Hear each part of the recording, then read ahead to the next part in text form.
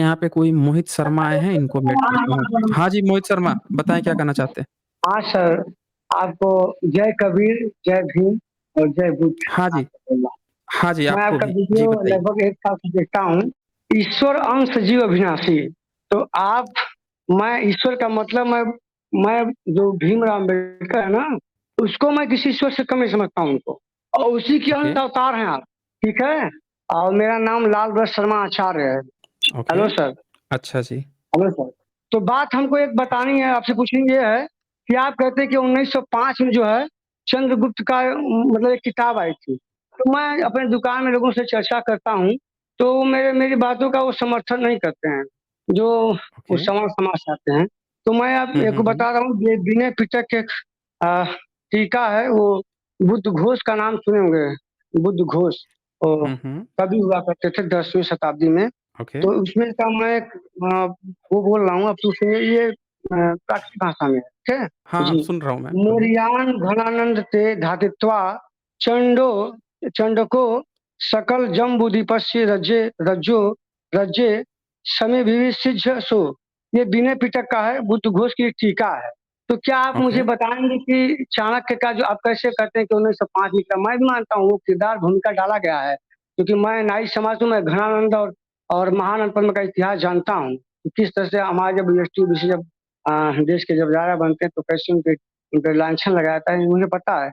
और एक और है विष्णु पुराण में जो है वो तास नव चैतानंद कौटिल्यो ब्राह्मण मुदिष्टि तेषाम भावे मौर्या पृथ्वी मोक्षति कौटिल्य चंद्रगुप्त मुतपन्न राज्य मिक्षति। एक बहुत एक चैनल चलाते हैं, उनका नाम मुझे याद नहीं आ रहा है।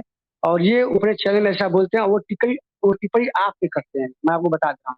ये हमको, मैं उनका वीडियो देखता हूँ तो उन्होंने ऐसा ये टीका आप पे किया है, मतलब वो बताएं कि जो लोग ऐसा मानते हैं कि चंद्रगुप्त 1905 में आए हैं, वो उनको इतिहास नहीं पता है।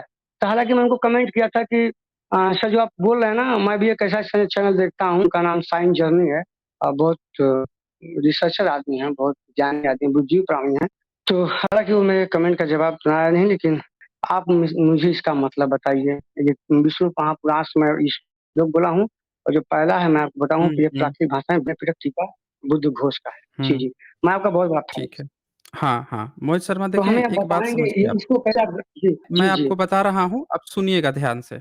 ये मैंने आपको जी, एकदम ध्यान से। ये आरटीआई मैंने स्क्रीन आपके सामने लगाया है और आरटीआई क्वेश्चन भेजा जी, गया एएसआई डिपार्टमेंट को जी, और उनसे पूछा जी, गया जी, चाणक्य, कौटिल्य जी, या विष्णुगुप्त इनके बारे में जी, जी। कोई भी जानकारी क्या पुरातत्व विभाग को एएसआई के हाथ में आज तक मिली है?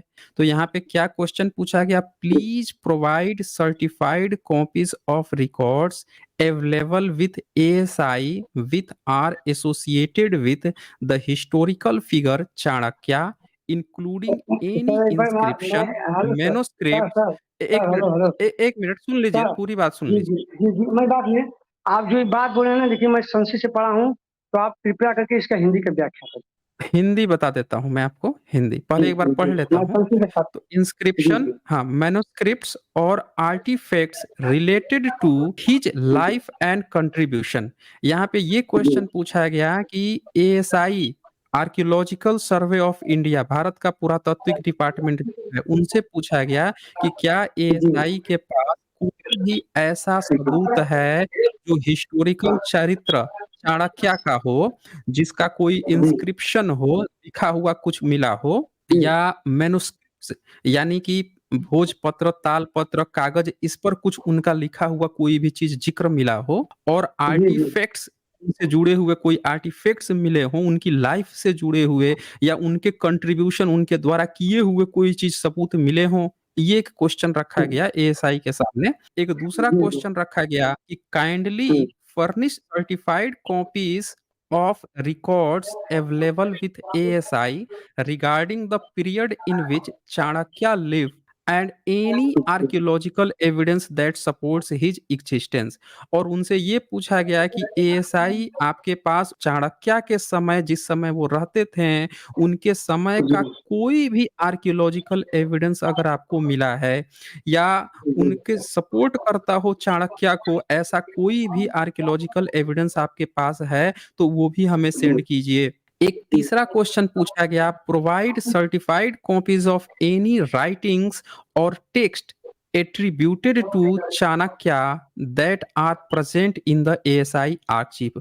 और ये भी पूछा गया कि कोई भी ऐसा कॉपी जो चाणक्य के द्वारा मतलब उनके द्वारा लिखी गई या उनसे संबंधित कोई भी टेक्स्ट है एएसआई के पास, वो भी आप हमें बताएं।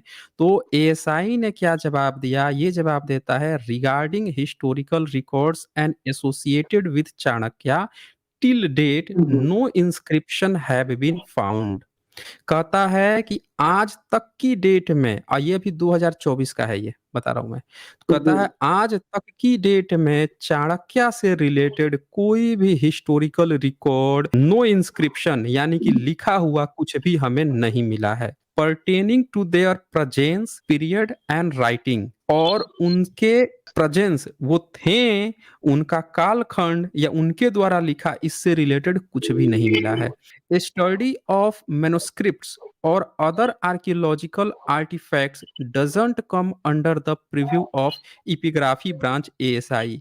अब वो कहते हैं कि जो मैन्युस्क्रिप्ट वगैरह है वो एएसआई के अंडर में नहीं आती है, लेकिन आर्कियोलॉजिकल एक भी सबूत चाणक्य का नहीं मिला है आज तक। यानी कि चाणक्य जो तो है ये वो आखिर ये हिस्टोरिकल। कहाँ से निकाले हैं? अब जो ये निकाले हैं कहाँ से? उनका मैं लिखा मैं ये बात आज ये मैं 3-4 महीने पहले का मैं लिखा, वैसे हमारी बात नहीं हो पाई थी, अलग बात है।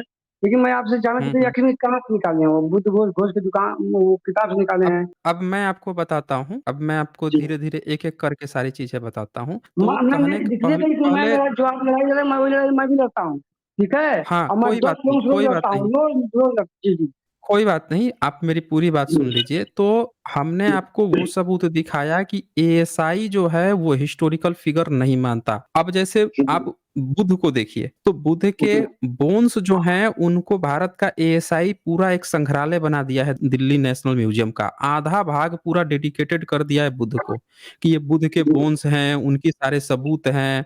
उसी तरह से आप बोधिसत्व या बुद्ध से रिलेटेड जितनी मूर्तियां होती हैं सबके संग्रहालय में मिल जाते हैं। लेकिन चाणक्य का आज तक कुछ नहीं मिला है, कोई सबूत नहीं। अब हम बात करते हैं उस टाइम पीरियड की, कि जिस दौर में चाणक्य को बताया गया। ठीक है ना? हम एक-एक करके जी पूरा विचार कर लेते हैं। तो एकदम चाणक्य को प्यास हाँ, बड़ी प्यास है जो आपसे बुक नहीं मिली, वो मुझे हम संतुष्ट कर आप दिए सर।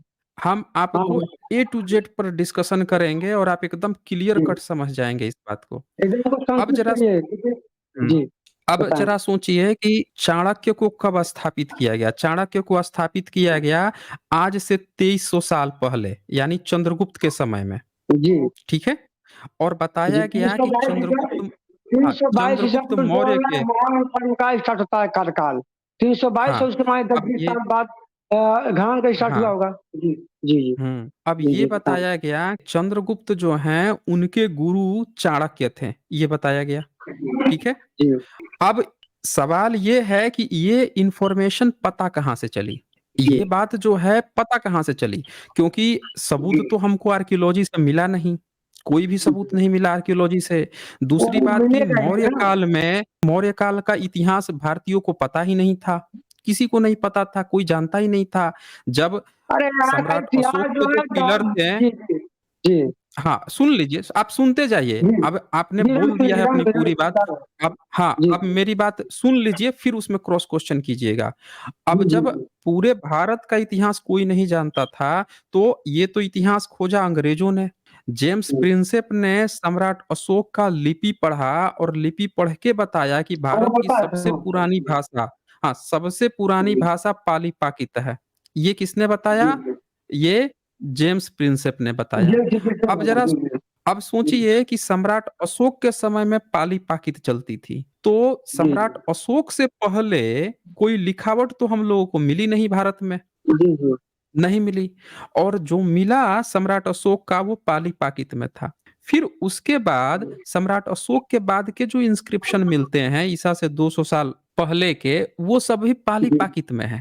और हम जी ये देखते हैं कि धीरे-धीरे एवोल्यूशन हो रहा है, पाली-पाकित ही धीरे-धीरे चल के आगे हाइब्रिड बन रही है और फिर जो है वो पाली-पाकित से धीरे-धीरे प्रोटो संस्कृत बन रही है, प्रोटो संस्कृत से धीरे-धीरे संस्कृत और फिर क्लासिकल संस्कृत की तरफ जा रही है। तो जी जी संस्कृत तो सम्राट अशोक से पहले था ही नहीं। ये तो एकदम साबित हो चुका है, एकदम क्रिस्टल क्लियर है। तो हमको यही हाँ, पढ़ा था अब कि जो संस्कृत है, संस्कृत के बाद प्राकृतिक आई, फिर पाली आई, उसके बाद जो हिंदी भाषा 10वीं शताब्दी में आई, जैसे जो गोरखनाथ हों, आचार्य जो भी हों, उन्होंने अपनी जो रचनाएँ की, वो ये हमको बात कि हम क्यों पढ़ा जाता है, हम वो ये समझना चाहते हैं आपसे।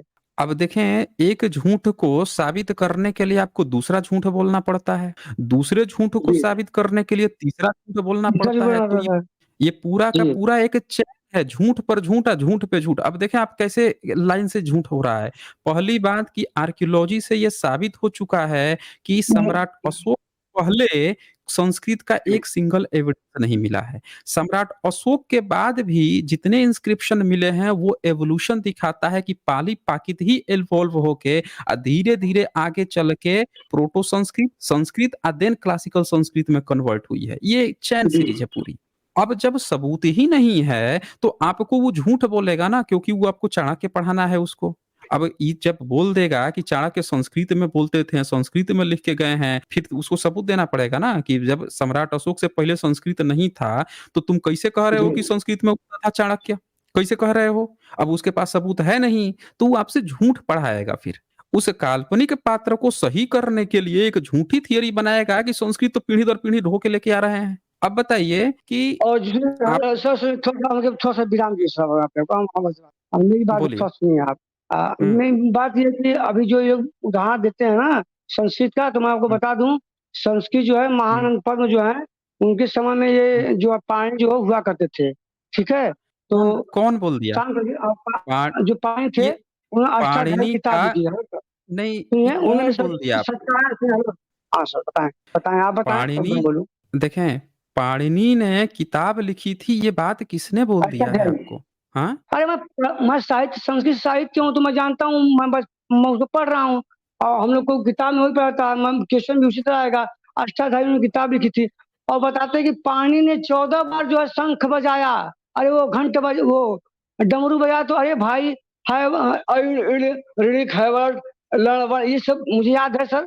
तो क्या चीज़ें क्या है कि वो मैं जान वो सत्तायन उसमें जो था, सत्तायन जो था वो क्या आप उसको बोलते हैं वो व्याकरण, तो सत्तायन था, फिर इंद्रिय आया, आपने बताया था, मैं आपको सुना हूँ और उसके हुँ, हुँ, बाद हुँ। एक है उसमें 1000 पद थे। अभी जानते कितने पद है उसमें? 4000 पद। ये पद कौन बढ़ा रहा है? मैं जानना चाहता हूँ।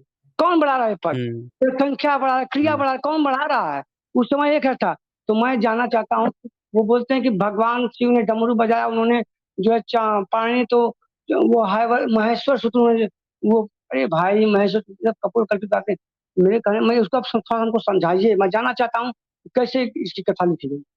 मैं ये जानना देखें चाहता हूँ सबसे आपसे। अब देखें, सबसे पहले तो बात की जो पाणिनि की बात आई है, कैसे पता चला पाणिनि के बारे में? क्या जी, उसका आज तक कोई आर्कियोलॉजिकल एविडेंस मिला पाणिनि का?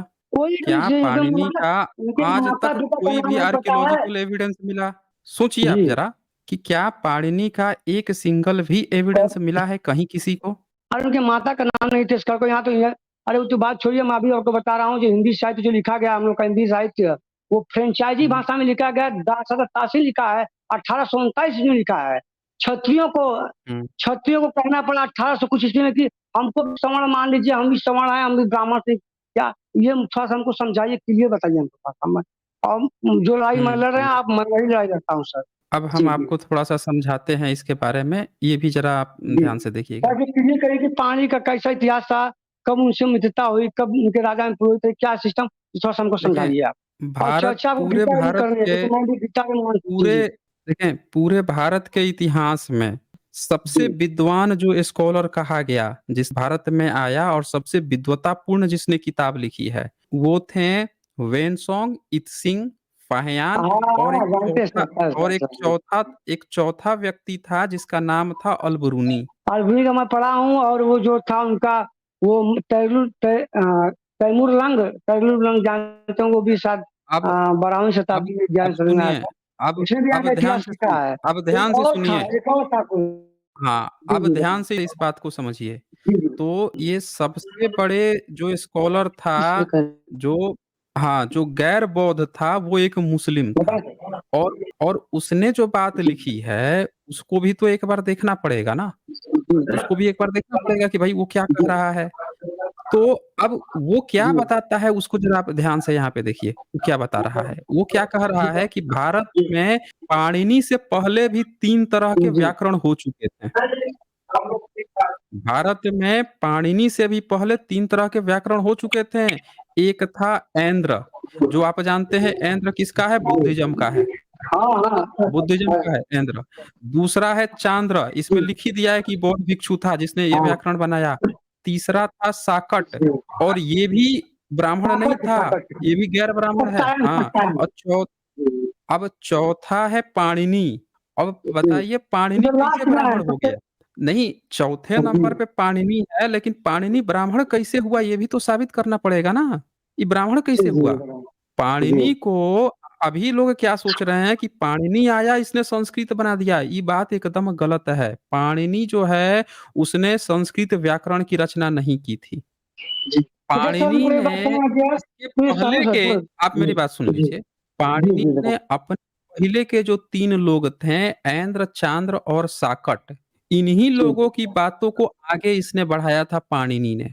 इसने कोई ब्राह्मण नहीं था। अगर ये बताइए पाणिनि ने अगर व्याकरण की रचना की होती, तो उससे जी। पहिले और घनानंद जी के समय में अगर पाणिनि ने व्याकरण बना दी थी, तो उनके समय के बाद से संस्कृत चलना चाहिए था। सही बात है कि हमारी आम भाषा तो प्राकृतिक थी। जो आम जनता की, मैं उसकी बात कर रहा हूँ, वो तो आम प्राकृतिक और पाली में बात करती रही होगी। तो कैसे ये वही तो मैं बोल रहा हूँ सबूत कहाँ है फिर? कैसे पता कैसे चल गया कि पाणिनि ने उस समय रचना कर दी थी? ये अलबरूनी बताता है कि 13वीं सदी जी, में इससे भी पाणिनि से भी पहले ऐंद्र, चांद्र, साकट बुद्धिस्ट लोग बनाते थे। पाणिनि भी बुद्धिस्ट था। कैसे? हम आपको सबूत दिखाते हैं अब। जी हम आपको बताएँ। सबूत दिखाते हैं कि पाणिनि खुद ही बुद्धिज़्म का अंग था। उसका अपना अलग कोई वैसा नहीं था। ये देखें, ये सबूत जी, देखिए ये। ये है जी, 690 ईस्वी में नालंदा विश्वविद्यालय में पढ़ने आए जी। थे, इत्सिंग। इसके लिए अब भाग जाता इत्सिंग है। ने हाँ, इत्सिंग ने तो ये तो नालंदा में 15 साल पढ़ाई किए थे, 16 साल और इन्होंने पढ़ाई करके जी। क्या लिखा है, वो ज़रा आप एक बार ध्यान से देख लीजिए। हुँ, अ, ए मोबाइल इसमें लगाओ, मेरे मोबाइल में लगाओ। जी, सर हाँ, बोलें। मैं आपको दिखा देता हूँ कि उसने पाणिनि के जी, बारे में क्या लिखा था। इसका तुम वीडियो बनाओ इसका। ये देखिए ये। लिस्ट बनाओ। जी, ये सूत्र है। ये ध्यान से देखिए ये सूत्र है। क्या लिखता है ये? जी, सारी शब्द जी। विद्या व्याकरण को संस्कृत में शब्द विद्या कहते हैं। यह 5 विद्याओं में से एक है। तो बुद्धिस्ट जितनी यूनिवर्सिटी होती थी, उन बुद्धिस्ट यूनिवर्सिटी में शब्द जी, जी। विद्या पढ़ाई जाती थी। और पाणिनि जो है, वो बाकी के जो ऊपर के 3 बुद्धिस्ट थे, उन्हीं की कड़ी में चौथा व्यक्ति था। तो ये क्या लिखा जाता है? सारी शब्द विद्या का आधार सूत्र है। इस नाम का अनुवाद छोटा वचन किया जा सकता है और इस बात का द्योतक है कि महत्वपूर्ण सिद्धांतों की एक संक्षिप्त रूप से व्याख्या की गई है। इसमें 1000 श्लोक हैं। क्या कहता है? 1000 श्लोक हैं इसमें। और यह पाणिनि की रचना है, जो प्राचीन काल में एक बहुत बड़ा विद्वान था। कहते हैं उसे दैवीय ज्ञान था, महेश्वर देव उसे सहायता देते थे और उसके 3 नेत्र थे। आजकल के भारतवासियों को प्रायः इसमें विश्वास है। यानी 7वीं सदी में हाँ, ध्यान से सुनिएगा। 7वीं जी, सदी में लोगों ने कहानी गढ़ दी थी कि महेश्वर देव के 3 आँख होते हैं। जी, जी। जबकि 3 आँख जो है बुद्धिज़्म के जो बोधिसत्व की मूर्तियाँ होती हैं, उनकी होती हैं। तो जी, ये वही बात कह रहे हैं कि ये महेश्वर देव जो हैं, ये ज्ञान दिए थे किसको? पाणिनि को। ठीक है? जी, जी। अब आगे कहता है बच्चे 8 वर्ष की आयु में इस सूत्र को सीखना आरंभ करते हैं और 8 मास जी, में इसे रट सकते हैं। अब ज़रा इस बात को ध्यान से देखिएगा, क्या कहता है जी 8 बताएँ। वर्ष की आयु से सीखना, पढ़ाई कहाँ पे हो रही है? नालंदा विश्वविद्यालय में। ये बात कहाँ चल रही है? जी, नालंदा विश्वविद्यालय में। तो बुद्धिस्ट लोग इसको सीख रहे हैं। अब ये सवाल आएगा कि महेश्वर तो हमारे शंकर भगवान हैं और इसीलिए पाणिनि जो है वो है बौद्ध है, नहीं वो ब्राह्मण है, कोई भी कह सकता है। लेकिन हम आपको सबूत दिखाते हैं कि फिर यही किताब इस महेश्वर देव कौन है उनके बारे में बताता है। आप जस्ट थोड़ा-सा पहले जाएँगे तो ये बताएगा कि महेश्वर देव कौन है। ये देखिए, यहाँ पे आप ये स्क्रीन पे देखिए, लास्ट वाला पैराग्राफ देखिए।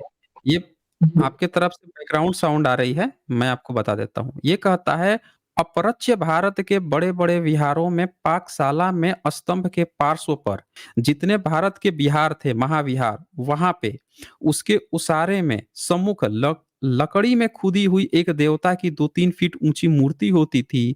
उसके हाथ में सोने की एक थैली होती थी, उसका मुखमंडल काला हो जाता है और वह देवता महाकाल कहलाता है। प्राचीन इतिहद कहता है कि यह स्वर्ग में, मतलब ये ब्रैकेट देके स्वर्ग लिखा है इन्होंने। प्राचीन इतिहद कहता है कि यह महेश्वर के प्राणियों में से था। यह स्वभावतः 3 रत्नों से प्रेम और विपत्ति में 5 परिषदों की रक्षा करता था। मतलब ये जो महेश्वर है, ये 3 रत्न बुद्ध, धम्म और संघ, इनसे प्रेम करता था। तो वो जो पाणिनि को उनको ज्ञान दे रहा था महेश्वर, वो खुद ही बुद्ध, धम्म और संघ को मानने वाला महेश्वर था। अब ये विपत्ति में 5 परिषदों की रक्षा भी करता था। अब ये 5 परिषद कौन है? तो नीचे देखिए 5 परिषद ये हैं: भिक्षु, भिक्षुणी, शिक्षामाणा, श्रमणेर, अश्रमणेरी। यानी कि ये जो महेश्वर है, ये कोई ब्राह्मण का देवी देवता नहीं है। ये क्या है? ये बौद्ध भिक्षु, भिक्षुणी, शिक्षामाणा, श्रमेण, श्रमणी, इनकी रक्षा करता है। 3 रत्नों को, बुद्ध, धम्म, संघ को मानने वाला है। अब उस महेश्वर को मानने वाला पाणिनि ब्राह्मण कैसे हो जाएगा? जो खुद उनको मान रहा है, बुद्धिज्म को मान रहा है महेश्वर तो। तो यहाँ से ये पता चलता है कि इसका भी ब्राह्मणीकरण कर दिया गया है, पाणिनि के भी व्याकरण का ब्राह्मणीकरण कर दिया गया है। उसको ये बता के कि ब्राह्मण था, क्योंकि उस समय में कोई संस्कृत नहीं थी और ना इसका कोई प्रमाण है। अब दूसरी बात और अब दिखाता हूं कि ऐन्द्र जो है वो कैसे पहला व्याकरण है, वो कैसे है। इसके बारे में भी इन्होंने लिखा है, क्योंकि इन्होंने व्याकरण पे इनका काम है इत्सिंग का, तो इन्होंने बड़े डिटेल्स में इस बात को लिखा है। हाँ, ये पश्चिम में शिक्षा की रीति। तो इसमें देखें, पश्चिम में शिक्षा की रीति, पश्चिम ये क्या कहता है इत्सिंग, वो भारत को पश्चिम कहते थे। अपने को पूरब कहते थे या भारत को पश्चिम। तो वो बोलता है भारत में शिक्षा की रीति कैसी है।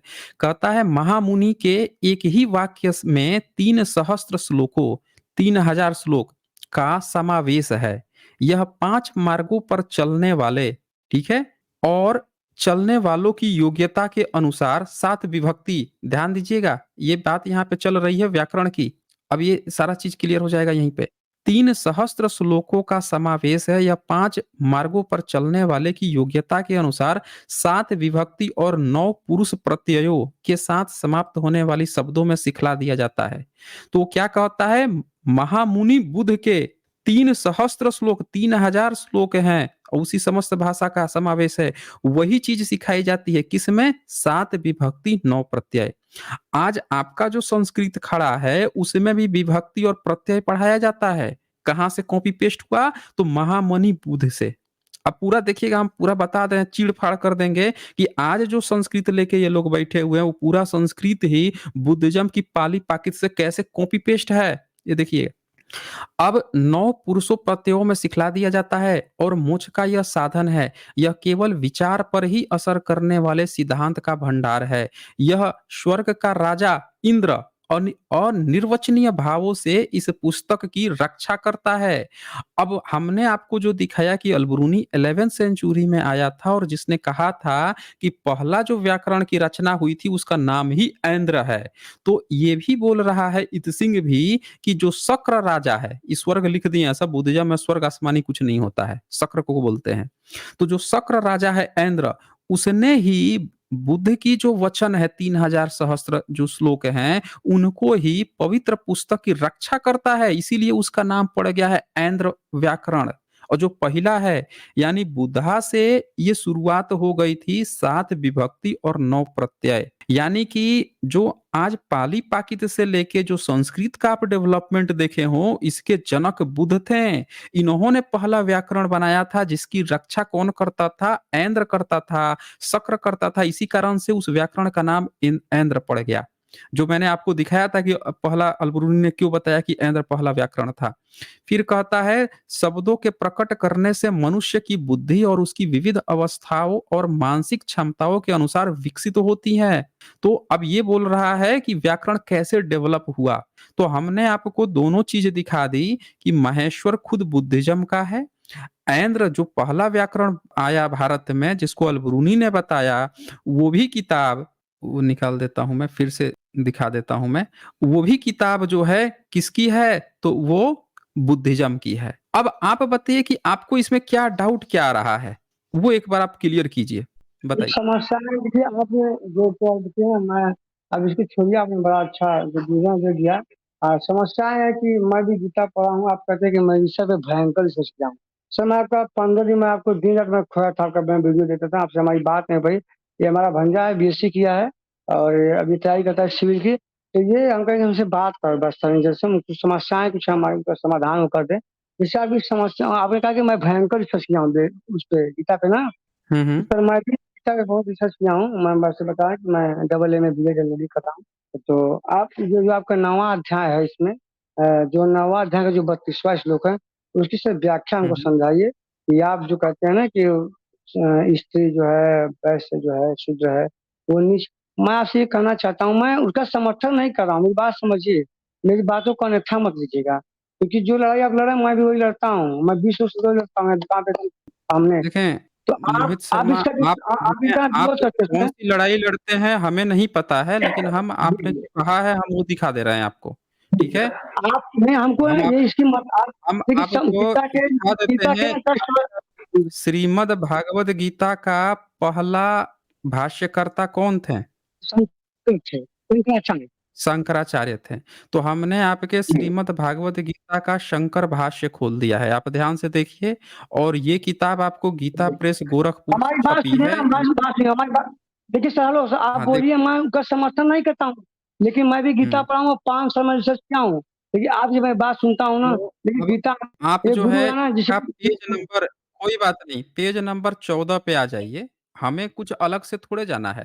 वो खुद बता देगा ना गीता का निकालो गीता, उद्देश्य से अब ये लेके। था गीता मेरे पास है सर। हेलो, मैं वो क्योंकि एक-एक मैं चीज़ देखिए सर, आपको बता देगा। मैं भी एक किताब लिख हाँ, रहा हूँ। बताता हुँ। सर सुनिए, अब ये थोड़ा देखिए। देखिए, ये हेलो सर, 1 मिनट, सर, एक ये देखें, मोहित शर्मा, सर आप सुनिए अपना सर, हेलो प्रचार सर। करने आए हैं? आप प्रचार अपना करने आए हैं या यहाँ डिबेट में पार्टिसिपेट लेने आए हैं? ये बताइए। सर्टिफिकेट ले रहा हूँ। देखिए, जिससे मैं ये कहना चाहता हूँ आप कि एक यहाँ अच्छा वक्ता पे होता है, आप एक अच्छा यहाँ पे श्रोता होता है। डिबेट डिबेट करने आए हैं या आप अपना प्रचार करने आए हैं कि आप क्या लिख रहे हैं, क्या कर रहे हैं, कितना पढ़े यहाँ हैं या क्या कर रहे हैं? तो नहीं तो आपने एक देखिए, सवाल उठाया कि गीता के नहीं, बारे में कि आपने बहुत रिसर्च किया है। आप कहते तो हैं कि यहाँ देखिए पे हमने हमसे कम से कम हमने तो आपको वही तो बोल रहे हैं ना, आप ज़रा ध्यान से रहिए। ये हमने गीता, आपका जी, भगवद गीता खोल दिया है, जो गीता प्रेस गोरखपुर से छपी है, शंकर भाष्य है। अब राइट साइड में हिंदी में लिखा है, एक बार पढ़ के सुना देंगे क्या लिखा है? क्या साहब, ये चश्मा हम राइट नहीं साइड सकते में हैं। यहाँ पे, हाँ, पढ़ दीजिए। राइट साइड में ये, बहुत काल के बाद जब हाँ, बहुत काल के बाद जब धर्मानुपान धर्मानुष्ठान करने वाले के अंत में कामनाओं का विकास होने से विवेक विज्ञान का ह्रास हो जाना ही जिसकी उत्पत्ति का कारण है। ऐसे उत्पत्ति बोले। हाँ, ऐसे अर्थमर्थ से धर्म क्या लिखा है दबता जाने लगा और धर्म की वृद्धि होने लगी। तब जगत की स्थिति सुरक्षित रखने की इच्छा वाले वे आदिकर्ता नारायण नामक श्री विष्णु भगवान भूलोक के ब्रह्म की आर्यात भूदेव कोष्ठ में ब्राह्मणों के ब्राह्मणत्व की रक्षा करने के लिए श्री वसुदेव जी से श्री देवी जी के गर्भ से अपने अंश से श्री कृष्ण रूप में प्रकट हुए। यह प्रसिद्ध है, ब्राह्मणत्व की रक्षा से ही वैदिक धर्म सुरक्षित रह सकता है, क्योंकि वर्णाश्रमों के भेद वर्णाश्रम के भेद उसके अधीन है। ज्ञान बस हो ऐश्वर्य गया, हो शक्ति गया। अरे भाई हो गया। अब एक बात बताइए, जब आपके भागवत गीता में शंकर भाष्य ने साफ-साफ लिख दिया कि ब्राह्मणों के ब्राह्मणत्व की रक्षा के लिए लिखा गया है, तो वही तो बात है। अब इसमें बचा क्या कहने के लिए? डिस्कशन करने के लिए क्या बचा? इसमें बचा क्या अब डिस्कशन करने के लिए? जब ये साफ-साफ कह दिया तो हमने आपने जो प्रश्न उठाया था चाणक्य का, उससे साफ-साफ ये तो पहले साबित हो गया कि आपका कोई भी उस समय में संस्कृत नहीं थी, ना ही कोई चाणक्य था, ना ही उसका कोई एक सिंगल सबूत मिला है। और बाकी चाणक्य पे हमने बहुत सारी वीडियो बना रखी है, उसको आप देख सकते हैं। और आपने जो भागवत गीता की बात की, उस पर भी यहाँ क्लियर साबित हो गया कि वो खुद लिख रहा है कि ब्राह्मणों के ब्राह्मणत्व की रक्षा। अब कोई ज़बरदस्ती कृष्ण को अपना पिताजी बताए कि हमारे पिताजी हैं, तो वो बेवकूफ़ है। उसका उद्देश्य, जिसने भी गीता लिखा है, भाष्य किया है, उसने साफ-साफ लिखा है कि ब्राह्मणों के ब्राह्मणत्व की रक्षा के लिए है। तो अब सुप्रीम कोर्ट का जज अगर बोलता है कि नहीं, भागवत गीता लागू करनी चाहिए या सिलेबस में ऐसा जो भी कर रहा है, वो ब्राह्मणों के ब्राह्मणत्व को लादने की तैयारी कर रहा है। इसका हम भारत के मूल निवासी, हम भारतीय लोग, हम भारत के श्रमण लोग जितने हैं, उससे इस किताब का कुछ लेना-देना नहीं है। चलें मोहित शर्मा।